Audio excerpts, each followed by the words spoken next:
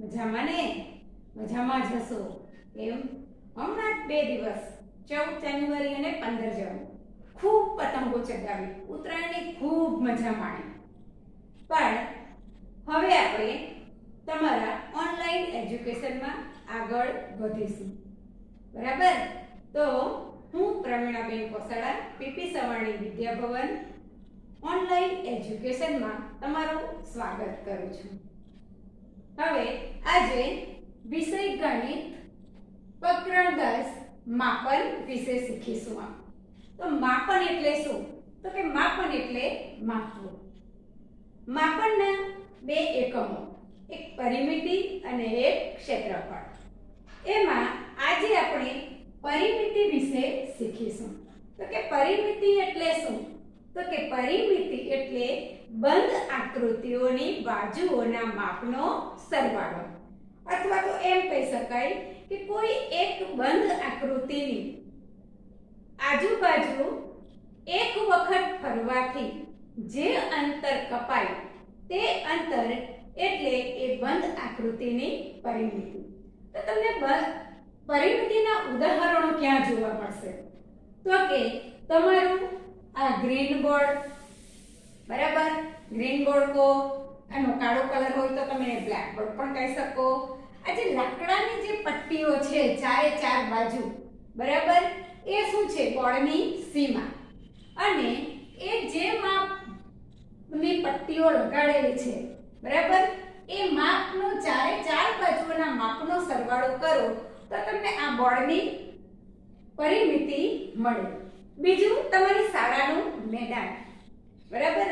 તમારી શાળાનું મેદાન ચોરસ કે લંબચોરસ હોય કે ત્રિકોણાકાર હોય, બરાબર, કે પછી કોઈ પણ આકારનું હોય, તો એની બધી બાજુઓના માપનો સરવાળો કરો, બરાબર, એટલે કે તમે આખા મેદાનની ફરતે એક ચક્કર લગાવો અને જે માપ મળે તે મેદાનની પરિમિતિ કહેવાય. તો પરિમિતિના રોજિંદા જીવનના કયા કયા ઉદાહરણો મળે? તો કે તમે તો સુરત શહેરમાં રહો છો, તો સુરતમાં તો ઘણા બધા બગીચાઓ આવેલા છે, રમતના મેદાનો પણ આવેલા છે, બરાબર. પછી આજુબાજુ ઘણા ગામડાના ખેતરો પણ હોય, તો પરિમિતિ શેની શોધી શકાય? ખેતરની બાજુઓ ચારે બધી બાજુઓને, બરાબર, બાગની ફરતેની જે જગ્યા છે અથવા બાગની ફરતે કોઈ દિવાલ કરેલી હોય અથવા બાગની ચારે બાજુ કે ગમે એટલી બાજુ હોય. પછી રમતનું મેદાન, બરાબર, રમતના મેદાનની પણ ફરતે ફરી શકાય, તો એની પણ પરિમિતિ મળી શકે. પછી તમારા વર્ગખંડનો દરવાજો, બરાબર, એ પણ દરવાજાને તો ચાર બાજુ હોય, આકાર પણ લંબચોરસ હોય, એ તમને ખબર પડી જાય, બરાબર. પછી તમારા વર્ગખંડની બધી બાજુઓ, એની પણ તમે પરિમિતિ શોધી શકો. તો પરિમિતિ શોધવાના સૂત્રો કયા છે? તો સૌથી પહેલા આપણે શોધીશું ચોરસની પરિમિતિ.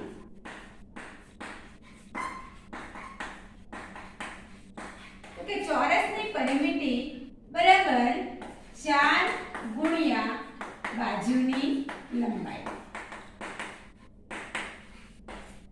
હવે જો આ થઈ આપણી ચોરસ આકૃતિ. તમને ખબર જ છે કે એક બાજુ એની 2 સેમી હોય તો બધી બાજુ એની કેવી હોય? 2 સેમી, 2 સેમી, 2 સેમી, બરાબર. તો ચોરસની બાજુઓ કેટલી છે? 4, અને બાજુની લંબાઈ કેટલી છે? 2 સેમી. તો 4 ને એની બાજુની લંબાઈ વડે ગુણો તો તમને ચોરસની પરિમિતિ મળે, બરાબર. ચાલો હવે આવીશું આપણે લંબચોરસની પરિમિતિ.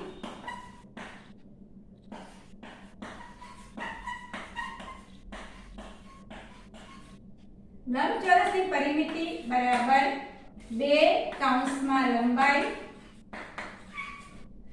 વત્તા પહોળાઈ. ચાલો હવે જુઓ, આ થઈ લંબચોરસ, આ 4 સેમી, આ છે 2 સેમી. તમને ખબર જ છે કે લંબચોરસની સમસમયની બાજુઓ સરખી હોય. જો આ બાજુ 4 સેમીની છે તો સામેની બાજુ પણ 4 સેમીની હશે. અહીંયા 2 સેમી છે તો સામેની બાજુ પણ 2 સેમીની હશે. બરાબર. તો બે બાજુઓ છે આપેલી, સામસામેની બે બાજુઓ સરખી છે. બરાબર. તો 2 અહીંયા કૌંસની બહાર 2 આપેલા છે એટલે એની નિશાની શેની આવે? ગુણાકારની. તમે ન મૂકો તો પણ ચાલે. અહીંયા મેં મૂકી છે, અહીંયા નથી મૂકી, પણ તમારી સમજ માટે. બરાબર. ચાલો, લંબાઈ અને પહોળાઈનો સરવાળો કરો અને 2 વડે ગુણો તો તમને લંબચોરસની પરિમિતિ મળશે. હવે આવીશું આપણે ત્રિકોણની પરિમિતિ.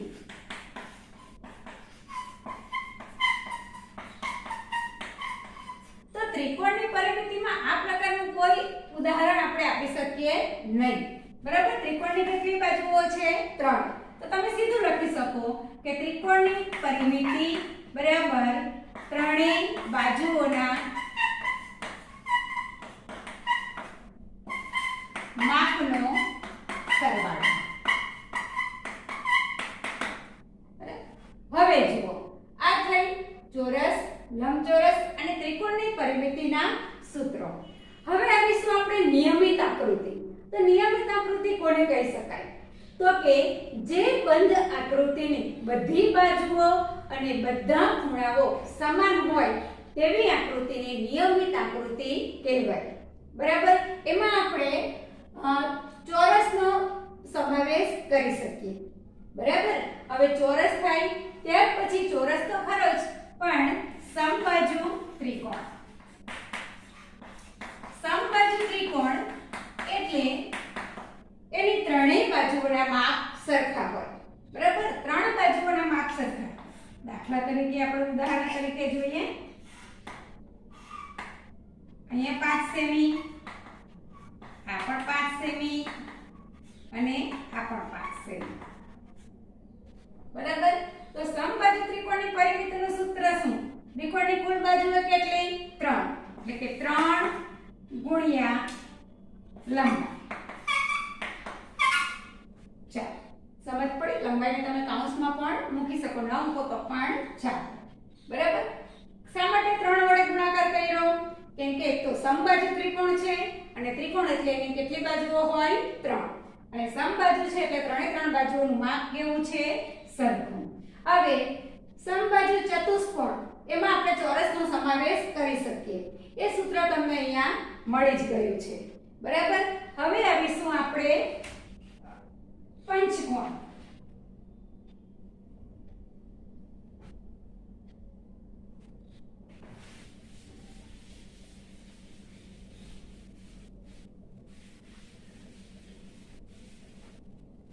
ચાલો, નિયમિત પંચકોણ.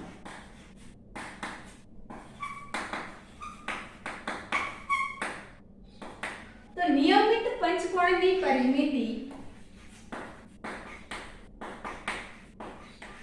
બરાબર 5 ગુણ્યા લંબાઈ, અથવા તમે એમ પણ લખી શકો કે બાજુની લંબાઈ. બરાબર. શા માટે? પંચકોણ એટલે કેટલી બાજુઓ હોય? 5. બરાબર. હવે 5 બાજુઓમાં 5 બાજુના માપ કેવા હોય? સરખા. આ 4 સેમી છે તો આ બધી બાજુઓ કેટલા સેમીની હોય? 4 સેમીની. બરાબર. માટે 5 બાજુઓ છે એટલે 5 ગુણ્યા લંબાઈ. હવે આવીશું આપણે શતકોણ. તો કે નિયમિત શતકોણ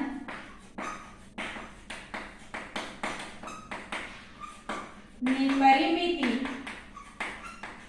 બરાબર 6 ગુણ્યા લંબાઈ. બરાબર.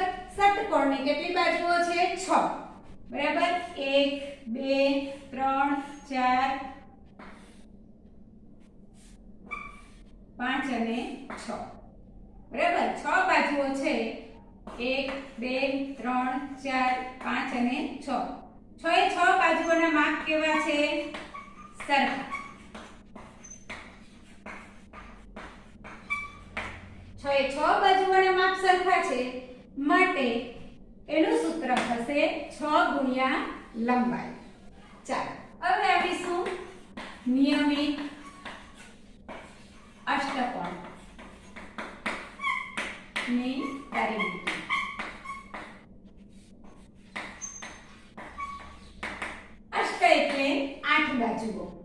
બરાબર. તો નિયમિત અસ્પણની પરિમિતિ બરાબર 8 ગુણ્યા લંબાઈ. ચાલો હવે આમાં મારે કઈ આકૃતિ દોરવાની જરૂર નથી, તમને બે ઉદાહરણ પરથી એનો ખ્યાલ આવી જ ગયો હશે. હવે જો કોઈ આકૃતિ અનિયમિત છે,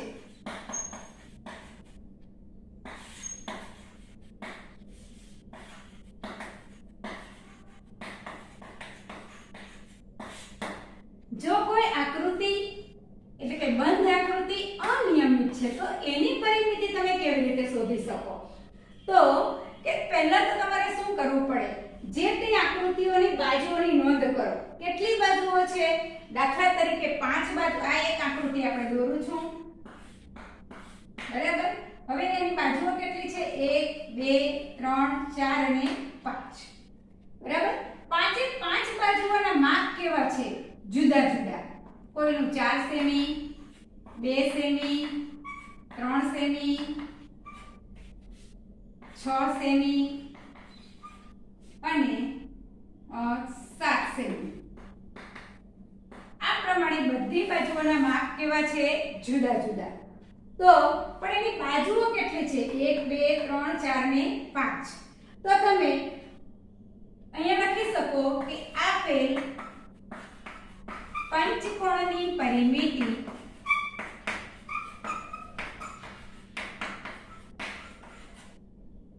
બરાબર બધી બાજુઓના માપનો સરવાળો. કોઈ પણ અનિયમિત આકૃતિ આપેલી હોય એની જેટલી બાજુઓ હોય એ બાજુઓની તમારે ગણતરી કરી દેવાની, બરાબર. અહીંયા તો 5 બાજુ આપેલી છે એટલે પંચકોણ તમે લખી દીધું, પણ એની 9 બાજુ હોય, 10 બાજુ હોય, 12 બાજુ હોય, 15 બાજુ આપેલી હોય તો તમે લખી શકો કે આપેલ આકૃતિની પરિમિતિ, આપેલ આકૃતિની પરિમિતિ બરાબર બધી બાજુઓના માપનો સરવાળો. બરાબર. તમારે ચોપડીમાં સ્વાધ્યાય 10.1 માં ઘણી બધી આકૃતિઓ આપેલી છે, એમાં અનિયમિત આકૃતિઓનો પણ સમાવેશ થાય છે. તો અનિયમિત આકૃતિમાં તમે આ રીતે સૂત્ર મૂકી શકો કે બધી બાજુઓના માપનો સરવાળો, બરાબર. હવે આપણે કેટલાક કોયડા ઉકેલના દાખલા જોઈશું.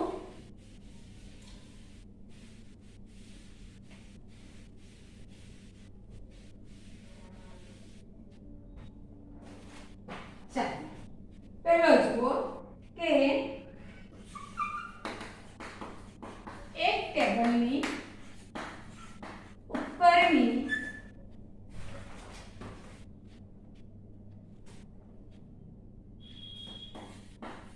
સપાટીની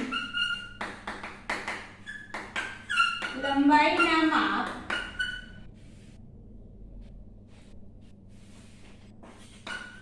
2 મીટર 25 સેમી અને 1 મીટર 50 સેમી છે.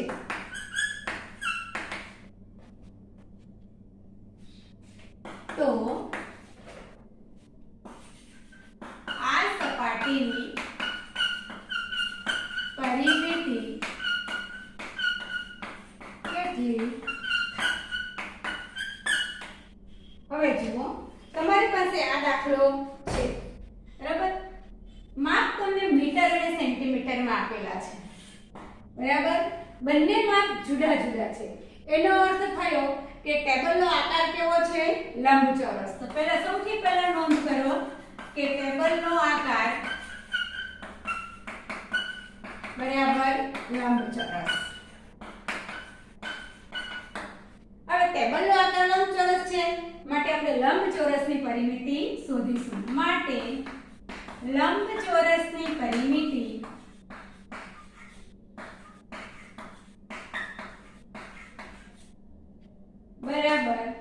2 કૌંસમાં લંબાઈ વત્તા પહોળાઈ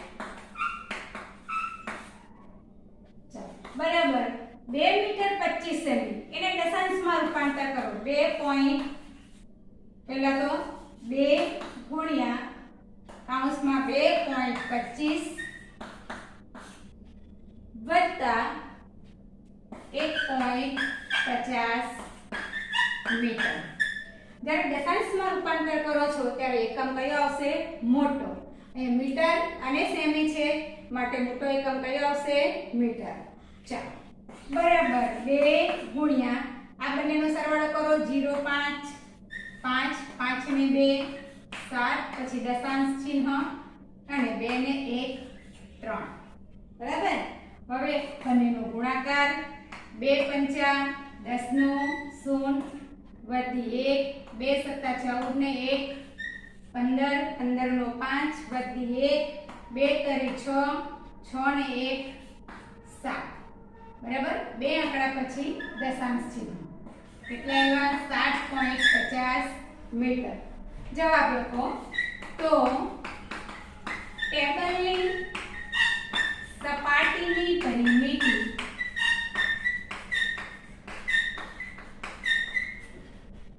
7.50 મીટર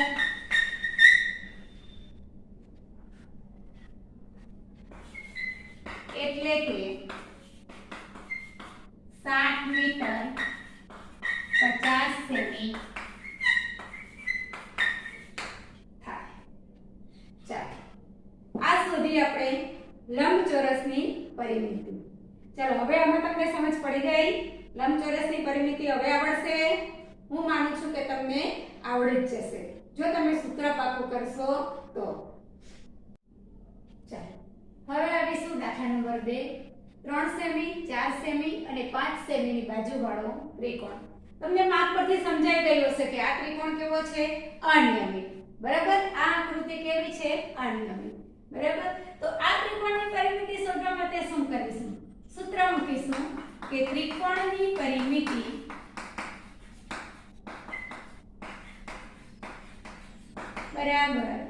બરાબર નીચે લઈ લઈશું। ત્રિકોણની ત્રણેય બાજુઓના માપનો સરવાળો। ચાલો બરાબર 3 સેમી વત્તા 4 સેમી વત્તા 5 સેમી બરાબર 4 ને 3 7 7 ને 5 12 સેમી। મોટો જવાબ તમે લખી શકો તો આ ત્રિકોણની પરિમિતિ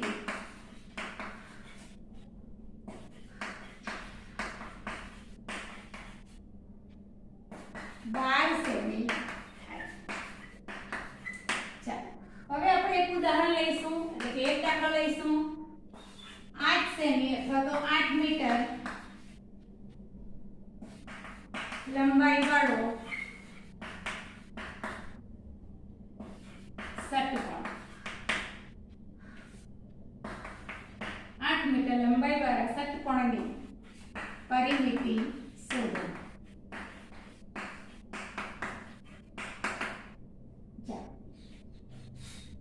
હવે જુઓ 8 મીટર લંબાઈ વાળો ષટકોણ છે।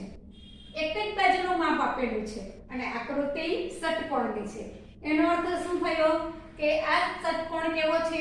નિયમિત ષટકોણ। બરાબર। એટલે કે એની દરેક બાજુઓના માપ કેવા છે? સરખા। તો સૂત્ર મૂકો કે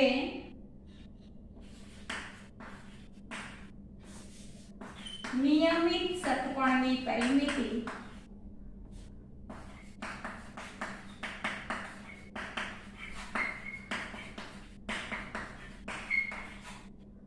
બરાબર 8 ગુણ્યા 6 ગુણ્યા લંબાઈ બરાબર 6 ગુણ્યા 8 મીટર બરાબર 48 મીટર। મોટો જવાબ લખી શકો તો આ ષટકોણની પરિમિતિ 48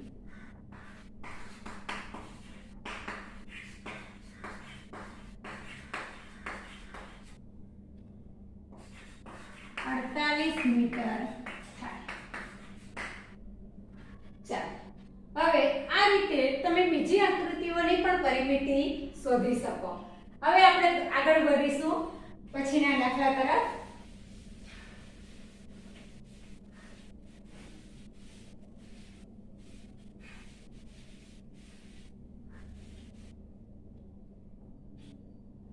ચાલો દાખલા નંબર 4 જોઈશું આપણે કે એક ચોરસ બાગની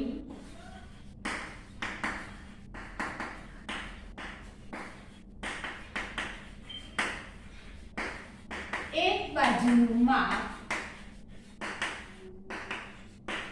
250 મીટર છે.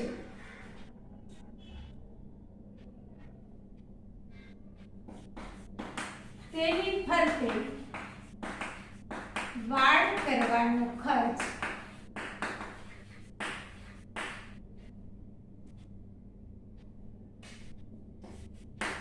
₹20 પ્રતિ મીટર પ્રમાણે કેટલો થશે?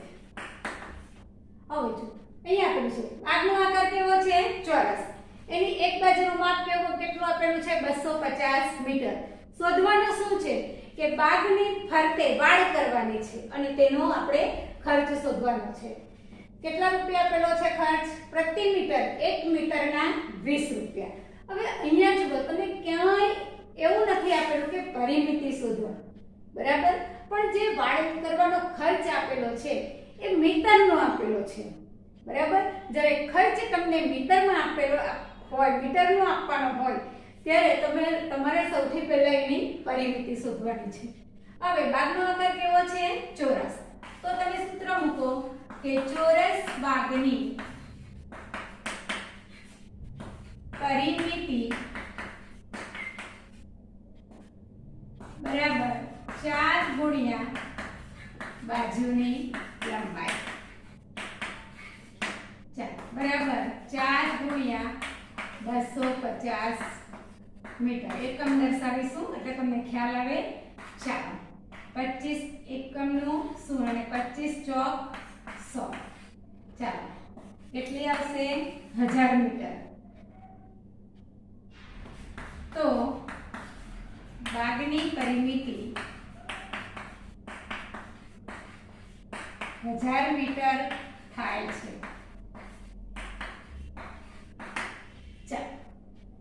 બાગની ફરતે વાડ કરવાનો ખર્ચ પ્રતિ મીટરના કેટલા રૂપિયા છે? 20 રૂપિયા. હવે આપણે આગળ દાખલો ગણીશું કે વાડની ફરતે વાડ કરવાનો ખર્ચ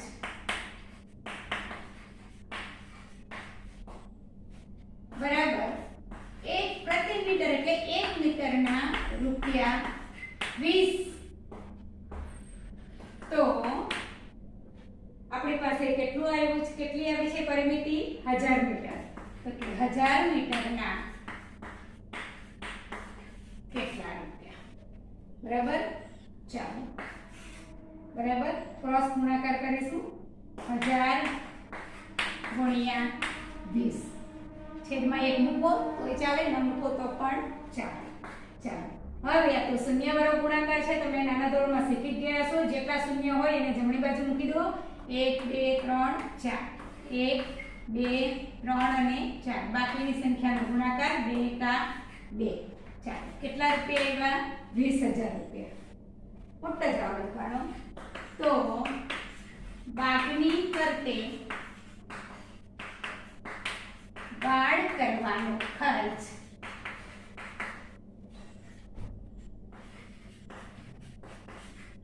₹20000